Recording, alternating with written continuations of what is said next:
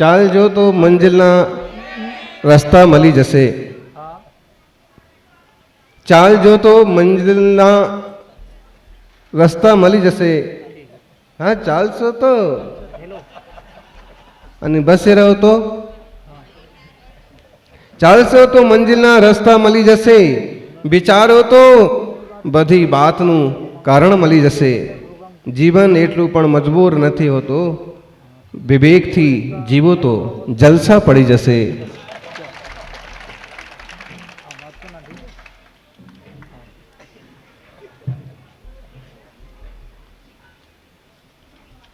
વિવેકથી જ્ઞાનથી જીવો તો જલસા પડી જશે, આનંદ પડી જશે.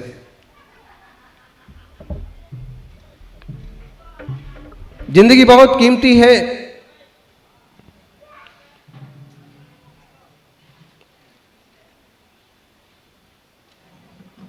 एक अभक्ष खाने वाला व्यक्ति मुनिराज के हाथ में गिरास रखने का अधिकारी नहीं है, चाहे वो लाख रुपए दान करे.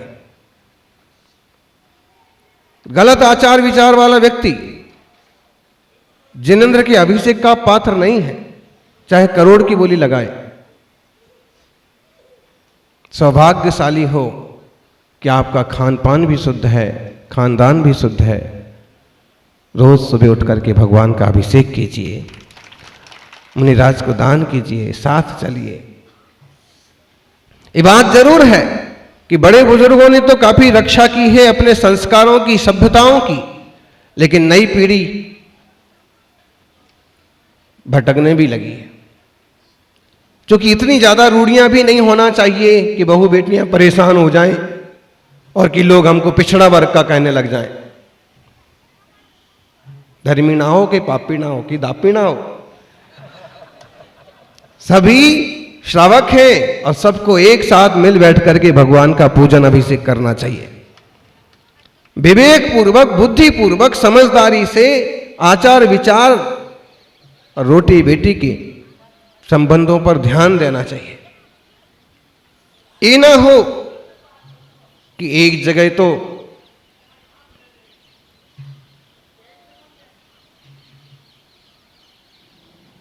किसी तरह के सिद्धांतों पर चल रहे हैं, दूसरी तरफ बेटे को बेटी को ना संभाल पाए, वो किसी और जगह चला गया. आजकल प्रेम विवाह भी खूब होने लगे. जिन माँ बाप ने पाल पोस के बड़ा किया, 20 साल 25 साल का किया, खिलाया पिलाया, मोटा ताजा किया, रुपया पैसा दिया, मोबाइल स्कूटी दी, सब कुछ दिया, मौका पड़ने पर छोरियां धोखा दे करके, और छोरे भी माँ बाप को समय रहते बच्चों को सही लाइन पर लगा देना चाहिए. और बच्चों को चाहिए कि जिनने इस लायक बनाया है, इतनी नालायकी तो मत करो कि किसी को मुंह दिखाने के काबिल वो ना रहे.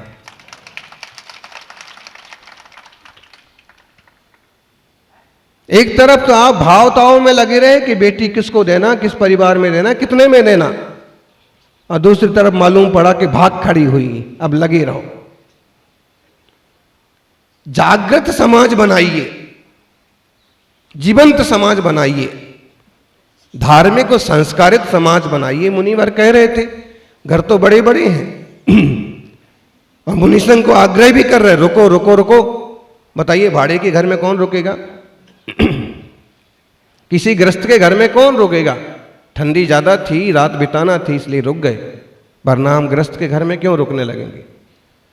शास्त्र में तो नहीं कहा. क्या वो आदमी ने दान कर दिया है मंदिर के लिए वो कि कर देगा तो एक बार जायज है कि हाँ ठीक है. आज हम वहां विश्राम करके आए, कल उनके बेटे बहू विश्राम करेंगे उस कमरे में.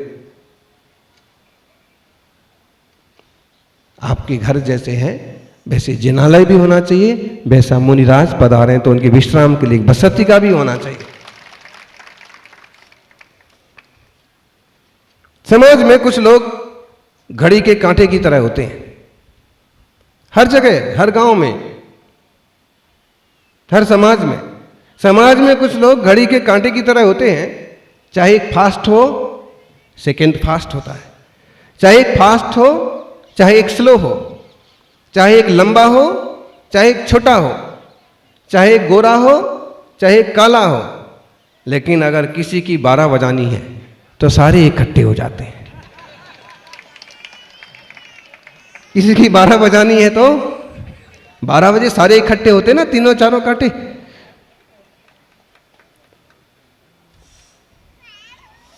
भाई ऐसे लोग भले होते हों, लेकिन हम वैसे लोग नहीं बनेंगे। हम यही कोशिश करेंगे कि समरसता बनी रहे, कुछ ऊंचा नीचा भी हो जाए तो शाम सुबह होते होते सब जुड़ जाएं, मिल जाएं। कोई नई पुरानी बातें भी होती हैं तो उनको भी जोड़ जोड़ करके अपने मन को काला नहीं करना चाहिए। बीत गया सो बीत गया, बीते का पीछा कौन करे, जो हो गया सो हो गया, उसमें आप क्या कर सकते हो बोलो।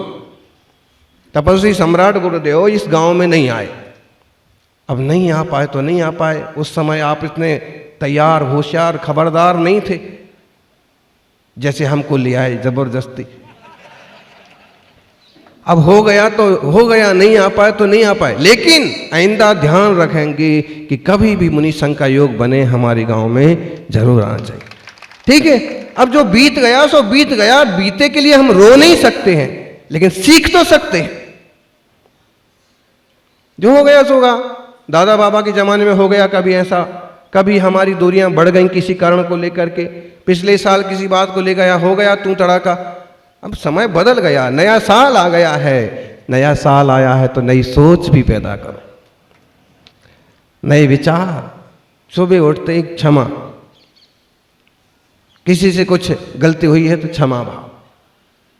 एक सभा में मिल गए, एक साथ मिल गए तो जय जिनेंद्र। मन साफ हो जाता है जी। जबरदस्ती एक बोझ लेके घूमते रहते हैं लोग, वो दिखेगा तो उसकी तरफ देखना नहीं है। हम भी आ रहे हैं मुंबई से, वो भी आ रहा है अकोला से, गांव में अमुक भी मिलने वाला है, लेकिन सामने आएगा तो देखना नहीं है। सब गांव में लोग मिलेंगे ऐसे, तुम पहले ही से इतना बोझ रख रखा है, देखना नहीं। क्यों नहीं देखना है साहब? हाँ, पूरे रास्ते भर गाड़ी से झांक झांक करके सब कुछ तो देखते रहे, सिर्फ एक ही आदमी नहीं देखना है। क्यों नहीं देखना है? अरे लेकिन उसका और एक बात, तू उसका पुद्गल का देह ही क्यों देखता है और शरीर ही क्यों देखता है? कभी वो आत्मा साधना करके मुनि बन गया तो क्या करेगा? बोल ज्ञानी। अब कहोगे नहीं वो आत्मा तो अब पवित्र हो गए ना, इसलिए अभी भी शुद्ध द्रव्यार्थ ज्ञान से वो जीव जिसे हम गलत समझते हैं उसमें भी तो भगवान आत्मा है। इसलिए किसी से भी स्थायी बैर विरोध नहीं। क्योंकि आप गृहस्थी हो इसलिए थोड़ा उठापटक हो सकती है, खुद खींचतान हो सकती है, बातचीत हो सकती है, लेकिन वो बैर में नहीं बदलना चाहिए। कुछ भी कारण हो, चाहे उसने हमारी लाख रुपए क्यों नहीं दबा लिए हो, चाहे घर क्यों नहीं दबा लिया हो, शाम सुबह होते महीने 6 महीने बीतते, कोशिश करो किसी भी तरह से एक बार क्षमा हो जाए, बोलचाल हो जाए, फिर भली बात में आप रिश्ते बनाओ मत बनाओ। बैर तो नहीं रहेगा। बैर बुरा होता है, विरोध बुरा होता है। एक ही गांव में लोग रहते हैं और एक दूसरे को ऊंचा नीचा गिनते हैं। मान लीजिए अमुक ब्राह्मण हैं, अमुक राजपूत हैं, अमुक जैन हैं, अमुक पटेल हैं, सबको उसी गांव में रहना है। जब पता है उसी गांव में रहना है तो इस ढंग से क्यों नहीं रहते हो कि कभी सुबह शाम मिलना हो जाए तो जय जिनेंद्र हो रहा है, राम राम हो जाए, हैं? बच के ना निकलना पड़े, मुंह न बनाना पड़े। अच्छे से रहोगे, मन खुश रहेगा, सब खुश रहेंगे। जहां प्रसन्नता होती है वहां देवताओं का वास होता है। मन में कुछ का कुछ रख रखा है तो यानी कोई मतलब नहीं। ये जिंदगी बड़ी कमाल की है, कई रंग दिखाएगी। जिंदगी बड़े कमाल की है, कई रंग दिखाएगी। कभी रुलाएगी, कभी हंसाएगी, कभी प्रभु से मिलाएगी, कभी गुरु से मिलाएगी, कभी अच्छों से मिलाएगी, कभी बुरों से मिलाएगी। तुम समझदारी से चलते रहो, एक दिन तुम्हें मंजिल जरूर मिल जाएगी। सज्जनों, सब तरह का परिवर्तन होता है जीवन में। रामकृष्ण, बुद्ध, महावीर जैसे शक्तिशाली पुरुषों को भी जीवन में बहुत मोड़ देखना पड़े तो हम और आप क्या चीज़ हैं। बस हम उनसे ये सीखें कि हर हाल में जैसे वो मजबूत बने रहे, डटे रहे और उन्हें अपने अच्छे रास्ते नहीं छोड़े। बुरे काम नहीं किए, हम भी नहीं करेंगे। आज देख लीजिए, जो अच्छे लोग कहलाते थे उनमें भी दारू शराब कई सारे लोग हैं चालू हो गए। जिनके लिए कहते थे कि उस पूरी कौम में आपको एक भी गलत इंसान नहीं मिलेगा, आज वहां आपको 10 आदमी मिल जाएंगे। एक हो क्या रहा है भाई, आप सांप अपना जहर नहीं छोड़ सकता है, सांप अपना जहरीलापन नहीं छोड़ सकता है, तो अच्छा इंसान अपनी अच्छाई कैसे छोड़ देता है। आपके जो संस्कार है, अच्छाइयां हैं, उसे संभाल के रखिए।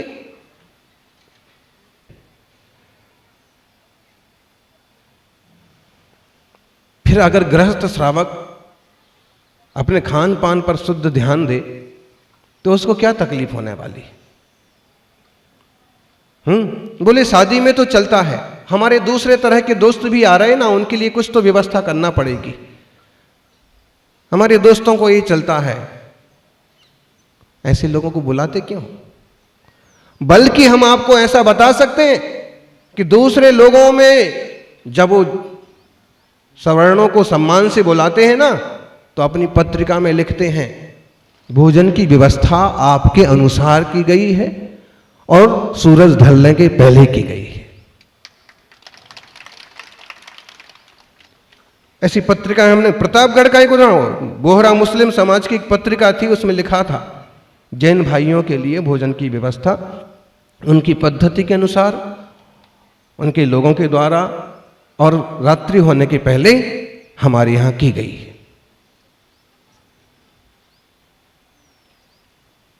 अरे वास्तव में बुरा कौन है?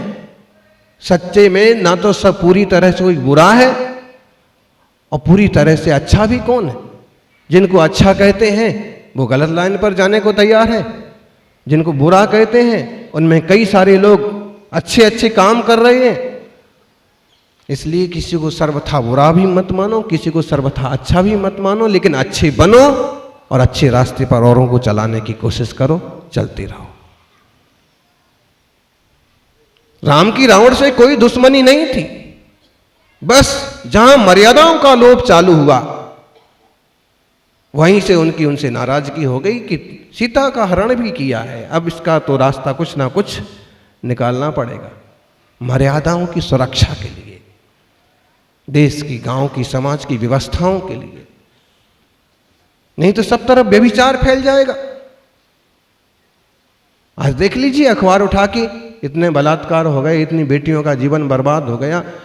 ऐसी चीजें इंटरनेट, मोबाइल और टीवी और पिक्चर्स बहुत अच्छी चीजें नहीं हैं। जितना जरूरी है उतना उपयोग करो, बाकी उससे परहेज करो। छोरी को एक्टिवा पकड़ा दी और एक मोबाइल पकड़ा दिया, दो चीजें पकड़ा दी और ध्यान ना रखा तो समझ लो अभी तेरी नहीं रही, तेरी 12 बजवाएगी। क्यों? जहां जाना वहां जा रही है, जिससे बात करना है कर रही है, चैटिंग कर रही है कि मीटिंग कर रही है, किसको पढ़ना पड़ रहा। समझदार और संस्कारी है, माँ बाप से जुड़े हुए बच्चे हैं तो ठीक है, तरक्की करेंगे, वरना फजीती करवाएंगे।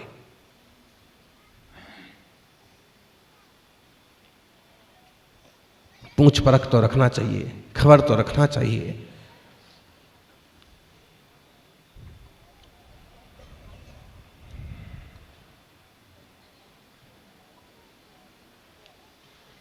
जरूरी हो गया है। दूसरों को क्या दोष दें कि लव जिहाद करते हैं वो लोग, बेटियों को बहला फुसला के ले जाते हैं। वो तो जैसे हैं वैसे हैं। कम से कम समझदार लोगों को तो चाहिए कि समझदारी से काम करें, और बेटे बेटियों को चाहिए कि ऐसे रास्ते ना जाएं जहां जीवन बर्बाद हो जाए।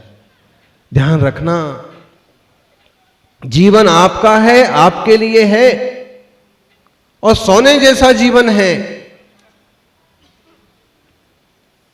मनुष्य पर्याय बेस कीमती, बड़े भाग मानुष तन पावा।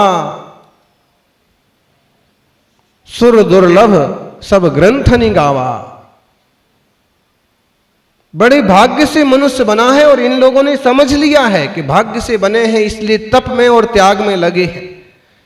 इस 21वीं शताब्दी में जहां लोग एकदम मॉडर्न बने फिरते हैं, एकदम अप टू डेट, हम बूढ़ी बूढ़ी अम्माएं भी लिपस्टिक लगा के तैयार, बाल काले करके तैयार, ऐसे जमाने में ऐसे दुर्लभ ऋषियों के दर्शन गांव गांव हो रहे हैं। इस समाज का, इस देश का सौभाग्य है कि आज इतना गहरा जानने वाले, ज्ञान रखने वाले तपस्वी मिल रहे हैं। बड़े बुजुर्गों को बड़े बुजुर्गों की तरह रहना चाहिए। 60-65 पार हो गए कि रंगना छोड़ दो, जिंदगी तो खूब रंगीन कर ली, अब तो थोड़े सफेदी में जी लो, स्वच्छता में जी लो। क्या करिएगा? दादा कहलाना ही पसंद नहीं है, दादागिरी करना पसंद जरूर है।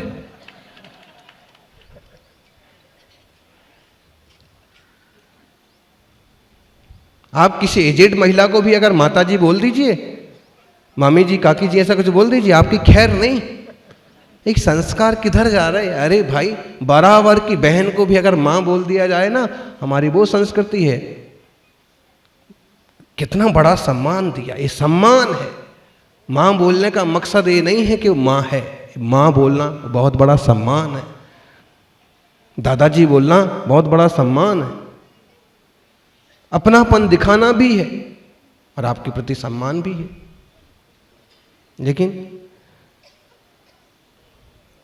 सज्जनों, इस मंगलमय जीवन को हम श्री राम की मर्यादाओं से जोड़ें, महावीर की तप साधना से जोड़ें, और एक एक सांस का, एक एक पल का सदुपयोग करें। कभी ऐसे अवसर मिलते हैं तो उनका पूरा लाभ लें।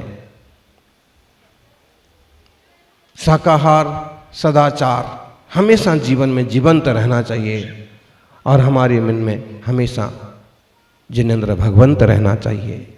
जय बोलिए 24 तीर्थंकर भगवान की।